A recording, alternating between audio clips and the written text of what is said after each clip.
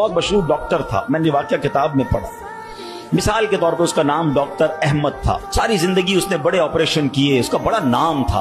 अब हुकूमत ने ऐलान किया कि इसको गोल्ड मेडल देना है, life time achievement award.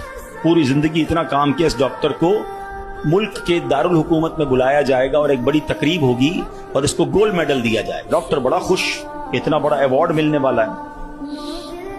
Doctor साहब ने फ्लाइट बुक की, जहाज में बैठे। जैसे ही जहाज उड़ा तो कुछ देर के बाद जहाज, मौसम खराब हो गया और जहाज में कोई प्रॉब्लम हो गई, तो जहाज को रास्ते में किसी छोटे से एयरपोर्ट पर उतार लिया गया। डॉक्टर साहब जहाज से निकलकर अमले के पास जाते हैं कि भाई कब जहाज उड़ेगा, मेरी तो वहां बहुत अहम तकरीब है और सारा प्रोग्राम मेरे लिए सजाया गया है, मैं चीफ गेस्ट हूं, मुझे गोल्ड मेडल मिलेगा, अब बताएं दोबारा जहाज कब उड़ेगा।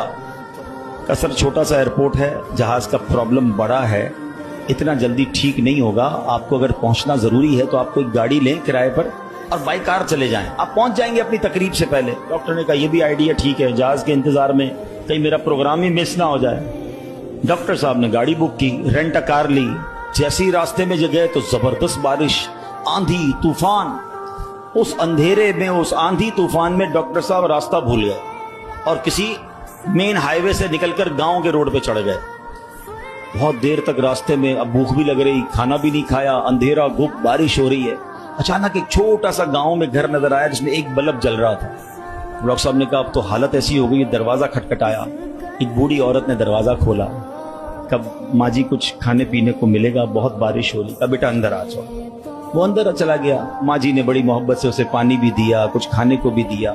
थोड़ी सांस में आई तो डॉक्टर ने देखा कि बराबर में बिस्तर पर एक नौजवान लेटा हुआ था। अब माँ जी ये कौन है? कहा बेटा मेरा बेटा है। क्या हो गया इसे? कहा इसको बहुत बड़ी बीमारी है। माँ जी इलाज क्यों नहीं करवाती? माँ जी कहती मैंने गांव के डॉक्टर को दिखाया है, डॉक्टर कहते हैं हमारे वतन में एक ही डॉक्टर है जिसका नाम डॉक्टर अहमद है, वही इसका इलाज कर सकता है। मगर बेटा मैं गरीब माँ हूं, मैं अपने बेटे को कहां से डॉक्टर अहमद के पास ले जाऊं, न पैसे हैं न किराया है, बस रोज अल्लाह से दुआ करती हूँ अल्लाह तू कारसाज है, मेरे बेटे को शिफा दे दे या डॉक्टर अहमद के पास पहुंचा दे। डॉक्टर अहमद रोने लगा, कहता है माँ जी मैं ही डॉक्टर अहमद हूं और अल्लाह ने मुझे तेरे घर पे भेज दिया। जहाज का खराब होना, छोटे एयरपोर्ट पर उतरना, रेंट अ कार लेना, रास्ता भूल जाना, किसी और घर पे न रुकना, उसी झोपड़ी के किनारे पर रुकना और उस घर में जाना और उस मरीज का इलाज करना। अब भी नहीं मानोगे, इन्नल्लाह अला कुल्लि शैइन कदीर, मेरा रब जो चाहे वो करने पर काबिल। बस हमारा भरोसा हिल जाता है।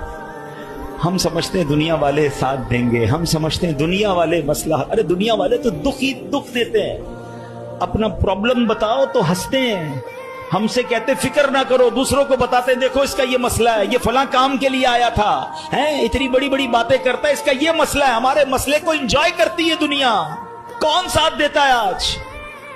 मगर जो हमारे ऐबों पर पर्दा डालने वाला, जो हमें बचपन से लेकर आज तक नवाजने वाला, जो हमारे गुनाह होने के बावजूद हमें अता करने वाला है, वो हमारा रब्बे करीम है।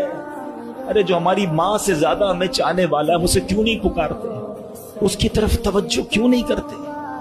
हालांकि उसकी रहमत तो, उसके दरवाजे खुले हुए हैं, वो तो देना चाहता है। मगर काश जो तवज्जो रिक्वायर्ड है, जो दिल से दुआ मांगना है, वो अल्लाह मुझे और आपको नसीब फरमा दे।